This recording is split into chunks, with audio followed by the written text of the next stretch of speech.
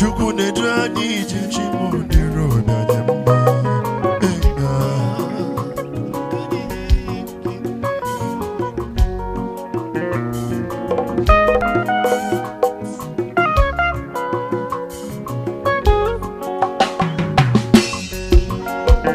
ezi oyi mo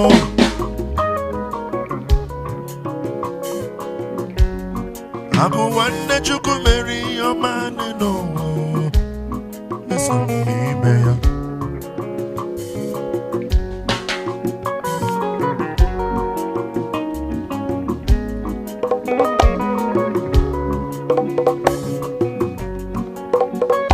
ugo nwene agụ nwanne Chukwu mere eze eso n'ime ya.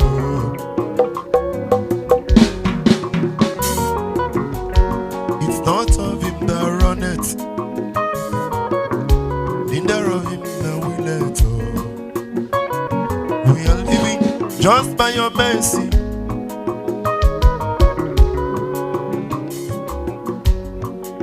JB boss one name is a pande Chukwu mere eze.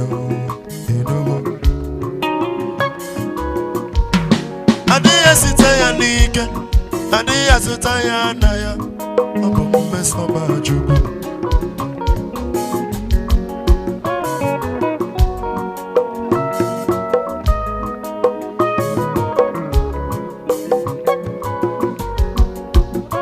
Ọtụtụ nwere at the beginning of this year. Ọtụtụ nwere at the second part of this year. But we are here praising your name for your worthy of your praises.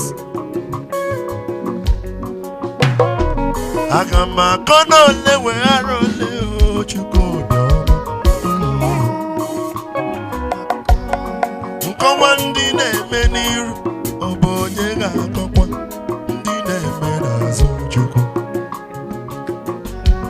Nkọwa ndị na-eme n'aka nri onye ga-akọ ndị na-eme n'aka Igbo.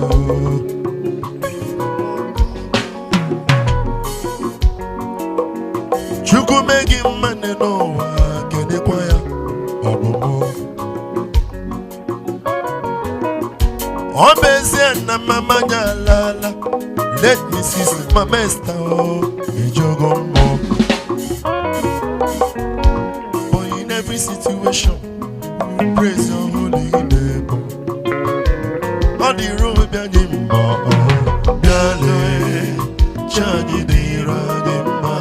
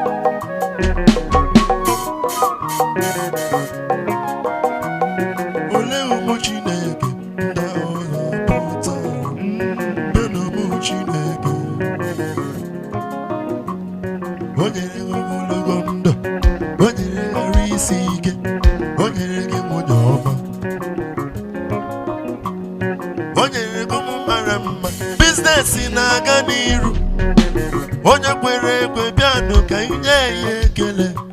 Ole ụmụ Chineke ndị ahụ gbapụtara, bịanụ ụmụ Chineke ka anyị nye ya ekele.